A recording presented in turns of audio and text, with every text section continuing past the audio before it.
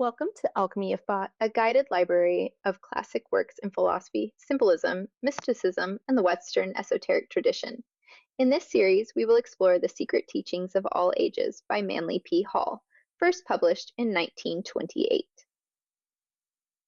The original book is now in the public domain in the United States. The narration you are about to hear is based on the original 1928 text and has been prepared for audio by correcting obvious transcription errors, removing page markers, and adjusting formatting for clarity. The wording of the author has otherwise been preserved. Hall's work is ambitious.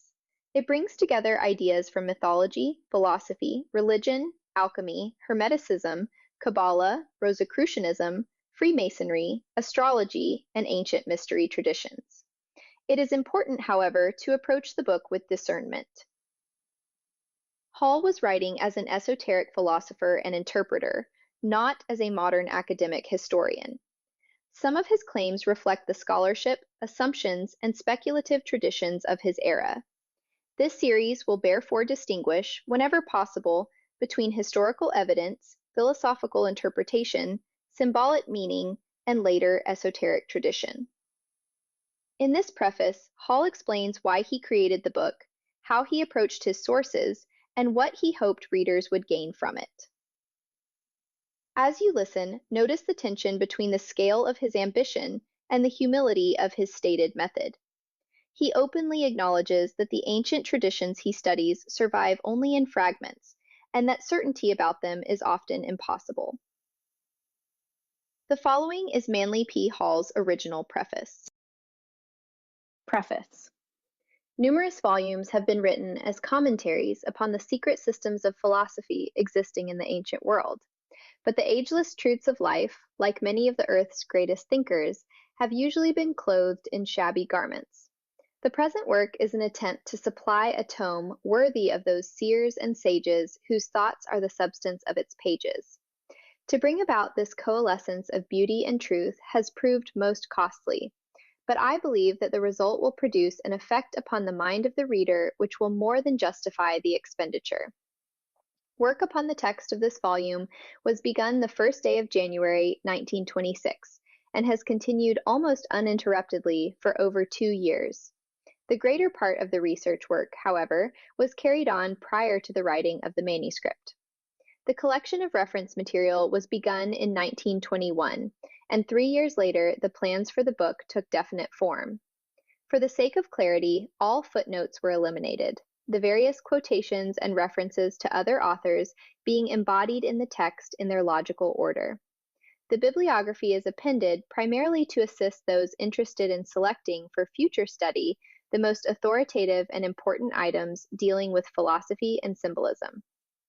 To make readily accessible the abstruse information contained in the book, an elaborate topical cross-index is included.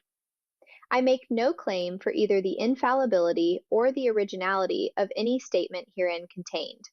I have studied the fragmentary writings of the ancients sufficiently to realize that dogmatic utterances concerning their tenets are worse than foolhardy. Traditionalism is the curse of modern philosophy, particularly that of the European schools. While many of the statements contained in this treatise may appear at first wildly fantastic, I have sincerely endeavored to refrain from haphazard metaphysical speculation, presenting the material as far as possible in the spirit rather than the letter of the original authors. By assuming responsibility only for the mistakes which may appear herein, I hope to escape the accusation of plagiarism which has been directed against nearly every writer on the subject of mystical philosophy. Having no particular ism of my own to promulgate, I have not attempted to twist the original writings to substantiate preconceived notions, nor have I distorted doctrines in any effort to reconcile the irreconcilable differences present in the various systems of religio-philosophic thought. The entire theory of the book is diametrically opposed to the modern method of thinking, for it is concerned with subjects openly ridiculed by the sophists of the 20th century. Its true purpose is to introduce the mind of the reader to a hypothesis of living wholly beyond the pale of materialistic theology, philosophy, or science. The mass of abstruse material between its covers is not susceptible to perfect organization, but so far as possible, related topics have been grouped together. Rich as the English language is in media of expression, it is curiously lacking in terms suitable to the conveyance of abstract philosophical premises. A certain intuitive grasp of the subtler meanings concealed within groups of inadequate words is necessary, therefore, to an understanding of the ancient mystery teachings. Although the majority of the items in the bibliography are in my own library, I wish to acknowledge gratefully the assistance rendered by the public libraries of San Francisco and Los Angeles, the libraries of the Scottish Rite in San Francisco and Los Angeles, the libraries of the University of California in Berkeley and Los Angeles, the Mechanics Library in San Francisco, and the Crotona Theosophical Library at Ojai, California. Special recognition for their help is also due to the following persons: Mrs. Max Heindel, Mrs. Alice Palmer Henderson, Mr. Ernest Dawson and staff, Mr. John Howell, Mr. Paul Elder, Mr. Philip Watson Hackett, and Mr. John R. Ruxtell. Single books were lent by other persons and organizations, to whom thanks are also given. The matter of translation was the greatest single task in the research work incident to the preparation of this volume. The necessary German translations, which required nearly 3 years, were generously undertaken by Mr. Alfred Berry, who declined all remuneration for his labor. The Latin, Italian, French, and Spanish translations were made by Professor Homer P. Earle. The Hebrew text was edited by Rabbi Jacob M. Alco. Miscellaneous short translations and checking also were done by various individuals. The editorial work was under the supervision of Dr. C. B. Rowlingson, through whose able efforts literary order was often brought out of literary chaos. Special recognition is also due to the services rendered by Mr. Robert B. Tummins, of the staff of H. S. Crocker Company, Incorporated, to whom were assigned the technical difficulties of fitting the text matter into its allotted space. For much of the literary charm of the work, I am also indebted to Mr. M. M. Saxton, to whom the entire manuscript was first dictated, and to whom was also entrusted the preparation of the index.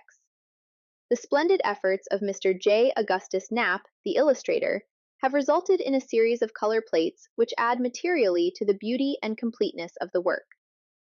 The printing of the book was in the hands of Mr. Frederick E. Keast, of H. S. Crocker Company, Incorporated, whose great personal interest in the volume has been manifested by an untiring effort to improve the quality thereof. Through the gracious cooperation of Dr. John Henry Nash, the foremost designer of printing on the American continent, the book appears in a unique and appropriate form, embodying the finest elements of the printer's craft. An increase in the number of plates, and also a finer quality of workmanship than was first contemplated, have been made possible by Mr. C. E. Benson, of the Los Angeles Engraving Company, who entered heart and soul into the production of this volume. The pre-publication sale of this book has been without known precedent in book history. The subscription list for the first edition of 550 copies was entirely closed a year before the manuscript was placed in the printer's hands. The second, or King Solomon edition, consisting of 550 copies, and the third, or Theosophical edition, consisting of 200 copies, were sold before the finished volume was received from the printer. For so ambitious a production, this constitutes a unique achievement. The credit for this extraordinary sales program belongs to Mrs. Maud F. Gallagher, who had as her ideal not to sell the book in the commercial sense of the word, but to place it in the hands of those particularly interested in the subject matter it contains. Valuable assistance in this respect was also rendered by numerous friends who had attended my lectures, and who, without compensation, undertook and successfully accomplished the distribution of the book. In conclusion, the author wishes to acknowledge gratefully his indebtedness to each one of the hundreds of subscribers through whose advance payments the publication of this folio was made possible. To undertake the enormous expense involved was entirely beyond his individual means, and those who invested in the volume had no assurance of its production, and no security other than their faith in the integrity of the writer.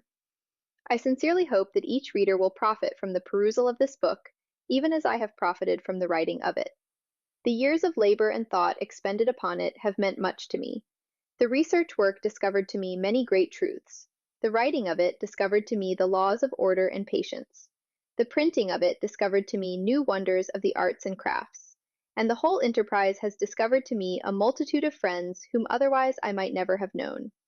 And so, in the words of John Bunyan, I penned it down until at last it came to be, for length and breadth, the bigness which you see. Manly P. Hall. That ends the preface as written by Manly P. Hall, but before we move into the main text, there are several ideas in Hall's preface worth keeping in mind. The first is the sheer scale of the project. Hall began collecting source material in 1921, started writing in 1926, and worked on the manuscript for more than 2 years. He was attempting to gather an enormous range of religious, philosophical, and symbolic traditions into a single volume. That ambition is part of what makes the book so compelling. It is also one of its limitations. No single author can represent every tradition, historical period, language, or school of interpretation with equal accuracy. The book is therefore best approached as a map of esoteric ideas rather than a final authority on them. The second important point is that Hall explicitly rejects claims of infallibility. He acknowledges that the writings of the ancient world survive only in fragments, and that dogmatic statements about their original meaning can be reckless. That is a useful warning for readers of any work dealing with ancient religions or secret traditions. Hall nevertheless believed that something could be preserved through what he calls the spirit, rather than merely the letter, of these teachings. This tells us a great deal about his method. He was not only trying to reconstruct history, he was searching for recurring patterns of meaning: initiation, death and rebirth, sacred knowledge, divine order, moral transformation, and the relationship between the visible and invisible worlds. That symbolic method appears throughout the book. The third point concerns his sources. Hall tells us that he removed footnotes and incorporated references directly into the prose. This makes the book more readable, but it also makes it harder to distinguish among primary sources, later commentary, folklore, and Hall's own interpretation. As we move through the chapters, we will occasionally pause to identify those distinctions. The fourth point is the physical nature of the original publication. The Secret Teachings of All Ages was not conceived as an inexpensive, ordinary book. It was produced as an elaborate illustrated folio, financed largely through advance subscriptions.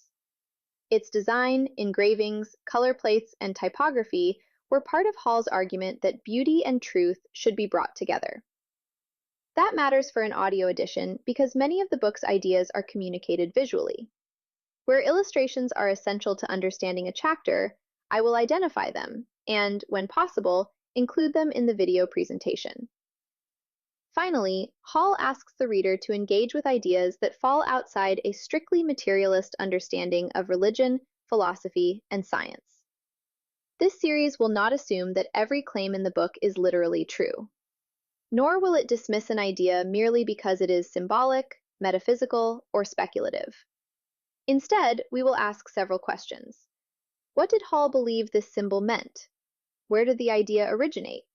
How has it been interpreted by historians, philosophers, religious traditions, and later esoteric writers? And why has it continued to capture the imagination? In the next episode, we will begin Hall's introduction and examine his central argument, that the philosophical and religious traditions of the ancient world preserve systems of knowledge beneath their myths, rituals, and symbols. Thank you for listening to Alchemy of Thought. If you found this guided reading useful, please consider subscribing to continue through the secret